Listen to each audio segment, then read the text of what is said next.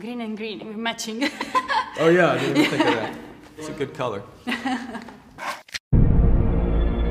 Il primo uomo sulla Luna. Sarebbe incredibile.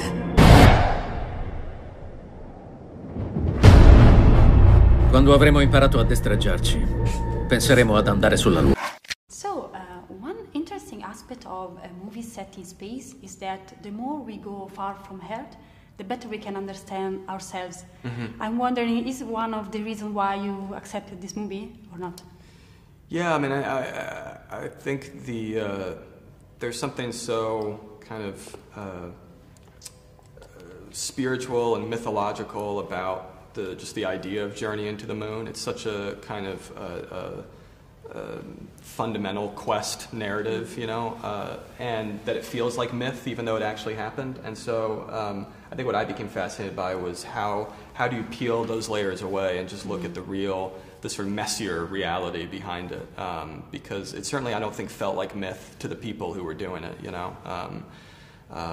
Sort of getting into these tiny spacecrafts and sort of hurling themselves into space. I wanted to understand the psychology behind that. What would lead you to do that? What would make you feel okay to do that?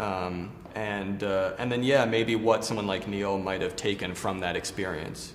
You know, did he feel closer to whatever answers he was looking for because of the mission to the moon, or not at all? You know, I think that fundamental mystery of what the experience must have been like for him was the thing that I think most attracted me. Mm-hmm. Yeah, I'm crying is 2 years now with the ending of La La Land, mm-hmm. And now you gave me another ending with I can cry on. So this movie also speaks about great loss, mm-hmm. and great pain. Do you think that maybe we can accomplish amazing things like landing on the moon because we understand what is pain and what is loss?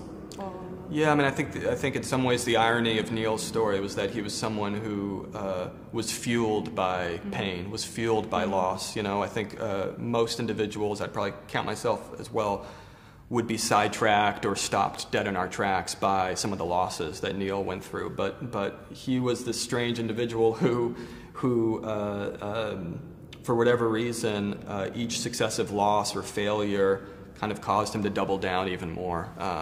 At least in my interpretation of him and his story in this film. So I think in a way that's sort of what I find poignant about his story too, is that to me I saw it as a story of a person who was struggling to deal with loss and with grief and finding a way to place those emotions and hoping that maybe if he went as far away from Earth as he possibly could, that would be a way of getting away from those emotions. But I think you learn you can never really outrun those kind of feelings. You can never outrun that kind of pain. So there was something in that story, though, of someone just in vain trying to escape or deal with overwhelming feelings that I think really moved me and Ryan. It kind of became the basis of, I think, how we interpreted the character. Why are you so obsessed with people with obsession? Because they are almost addicted with what they do.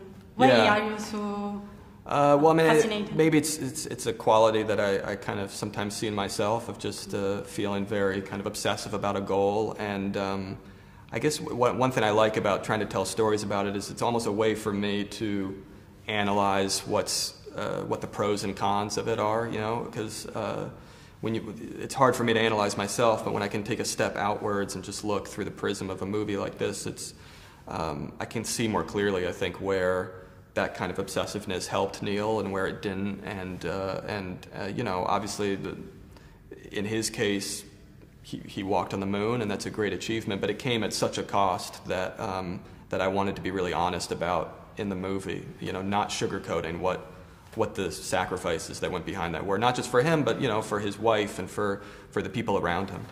And he loved musical too, so. And there you go. What's not to like? Okay. We shared that. Thank you.